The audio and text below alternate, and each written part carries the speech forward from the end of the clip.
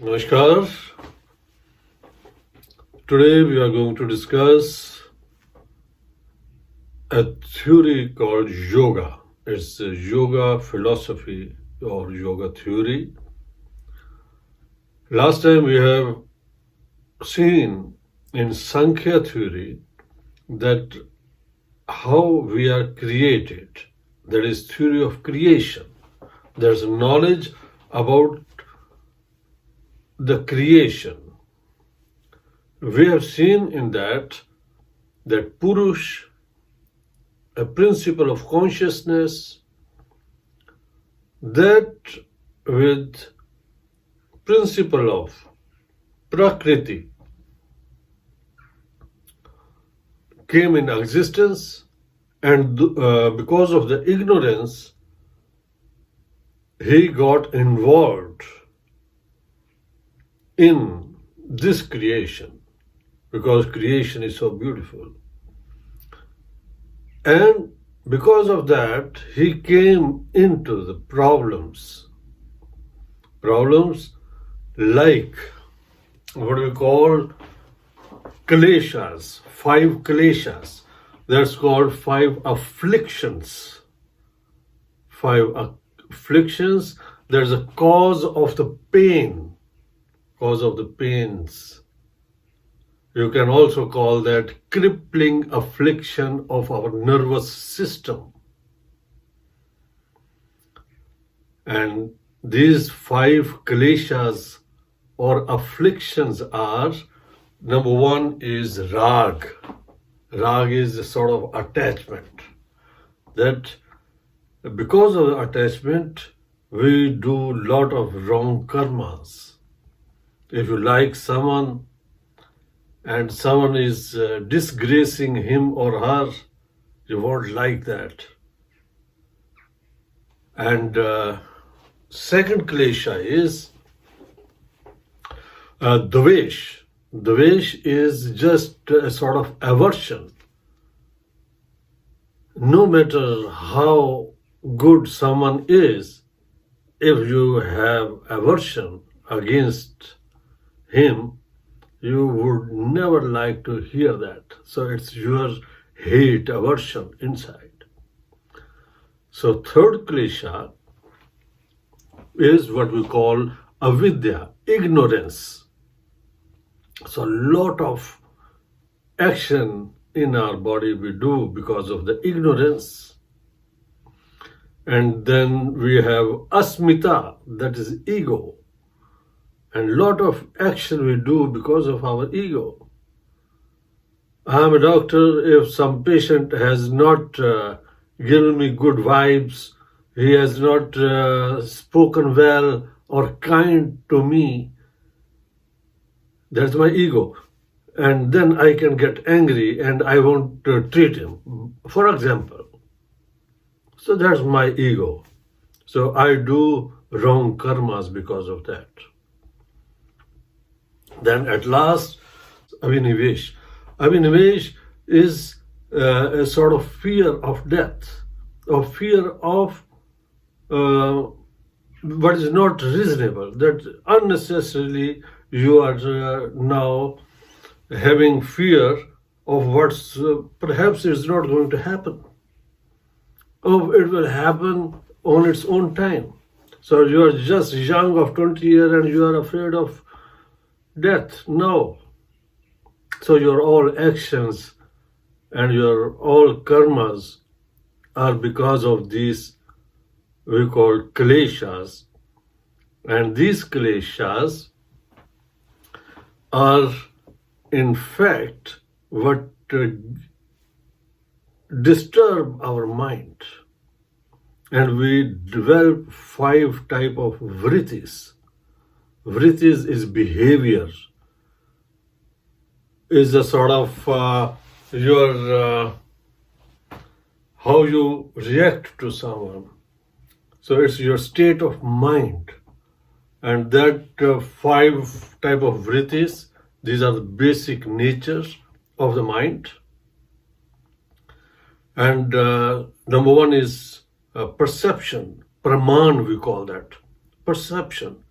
That you are seeker of proof. That what is the proof of it? You are just all the time busy with. Also, there is perception. So then it can be vipraya. Vipraya is a word what we say. It's a wrong perception. You can say also illusion. It's wrong perception. You think it's like that, and your deeds are accordingly. Then third one is vikalp. Vikalp is sort of hallucination. Hallucination can be of pleasure, or it can be very, very what don't give you pleasure, what makes you sad. So vikalp is of two types. Then we come to other vritti, what we call nidra, that is sleep, deep sleep. So mind is just in deep sleep. And then fifth is samriti. Samriti is the memory. Memory, that lot of action we do because of the memories of the past. So our mind is in one or other state, what we have just discussed, the 5 states. So it can be always seeking for proof of its perception is wrong, of its hallucination, positive or negative, or it's just tamasic deep sleep, doesn't think of tomorrow even. So that's also wrong. And then the last one is samriti, because of memories of the past, our karmas are accordingly. So this gives you a life what we are leading, and that is what is the cause of the sufferings. So it's the mental. So in yoga we can say, so yoga is not only postures or doing few asanas and doing exercise. No, not at all. Yoga is of the mind. In yoga, we say a very good word that chit vritti nirodha. Chit vritti, chit is mind, vritti is we have just spoken, and nirod means just to control your mind. So yoga, you can also see a capacity of the mind to be in state of focus. It's a capacity of mind to be in state of focus, that you are able to focus on your aim, but without destruction. And what is destructing us? That what I just said, the perception, you are seeking proof, you are imagining wrong, and your perception is hallucinations, and these are all what we have just discussed. So we have to control that our mind should be with the object only. So you can also say that yoga is a process of bringing mind in control. So that is yoga. So yoga is not only asanas whatsoever we see here and there we have got so many studios, but ultimate goal of yoga is controlling mind. So state of yoga is state of union, you can also say. State of union with object of focus. And then yoga gives you manual. This is a manual. You have to do few things to control your mind. In yoga theory, they say that to come out of these vrittis, these kleshas, so mind can be trained with discipline only. So the discipline is the answer. So discipline, they have said there are yamas, is a moral training. Moral training, and you can say moral training like that one should speak only truth.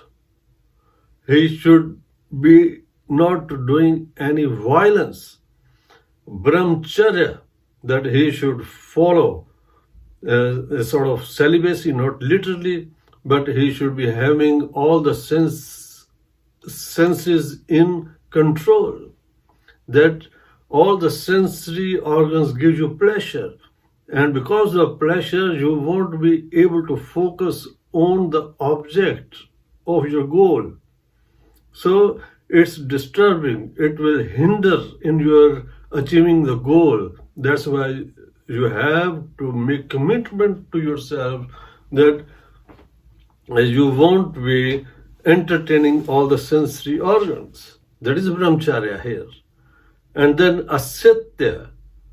Then we have one word, aprigraha. That is that non-greed. That you should not be greedy, unnecessary taking things. Asatya, that you won't be stealing things from others. So that is the moral training for yourself that we call yams. Then we have got niyams. Niyams, we say, that is internal discipline. Internal discipline in a way that they have explained that it should be externally cleanliness. That cleanliness should be from inside and also external. So you should be having clean environment to live, and also yourself you have to clean. So it's a very, very disciplined life what they are saying.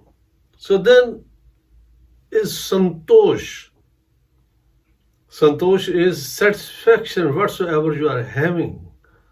Then you have got pranidhan. Pranidhan, you can also say that everything whatsoever you do because as a deed doing for the God. So your all actions should be devotional. If you are cooking, for example, then you should cook as you are cooking for the God. So then you will be doing your best to please Him. So that way you are pleasing yourself. So you won't be doing anything at all, a fault at all. So then you have got more than that, how you say, santosh, niyam, yamas, aprigrah, and God pranidhan. So we have spoken about that. So these are yams and niyams, what we have just spoken. Then comes asanas. In yoga theory, we say then you should be having a good seat where you can sit without disturbance, that you can sit there for long. And a very important thing what we learn in yoga theory is that it's not the asana only. Asana is to control your breath. You should sit, you should take a position wherein you can do pranayama, that is breathing techniques. It's believed that body is being controlled by 5 pranas that is responsible for our life. Our body is controlled with 5 pranas. That is making our body function. And now with pranayama, that is pranayama means controlling of your breath technique, if we learn, then we can control all that 5 pranas, what's controlling our body. So after asana, you have got pranayama, and pranayama is breathing technique, and that way you can make your body function optimal. Having done that, you will develop a situation, what we call pratyahara. Pratyahara, that you are able to withdraw your sensory organs from the objects what you don't like, what gives you problem. So you have developed your mind that way. Just like a tortoise, if he sees anything what is dangerous, what is not good for him, so he will put his head into his cover, but can't be affected by bad weather or whatsoever. So that way, one can be safe. With the knowledge acquired, we can withdraw our sensory organs from the objects what can give you problems. So very good technique, actually. So it's awareness program. So doing that, then you are in a position to concentrate. That's what we call dharana. So you have developed a technique of your mind to concentrate yourself. And concentration that will bring you in the state of dhyana. Dhyana is what we say meditative absorption. So your all faculty of mind is now in state to absorb all the knowledge, and that brings you to a state of samadhi. Samadhi, that is union. That is union. So when it's in a situation that it doesn't get attracted from the beautiful things created by Prakriti. So the soul, because of the Prakriti that got in this samsara, and he wanted to get rid of. Now in this situation, this physical world can never give him any problem because his mind is now under control. So that is yoga. I think I have made my point clear. Rest, we can study yoga in detail. There is a lot of literature available. Thank you very much.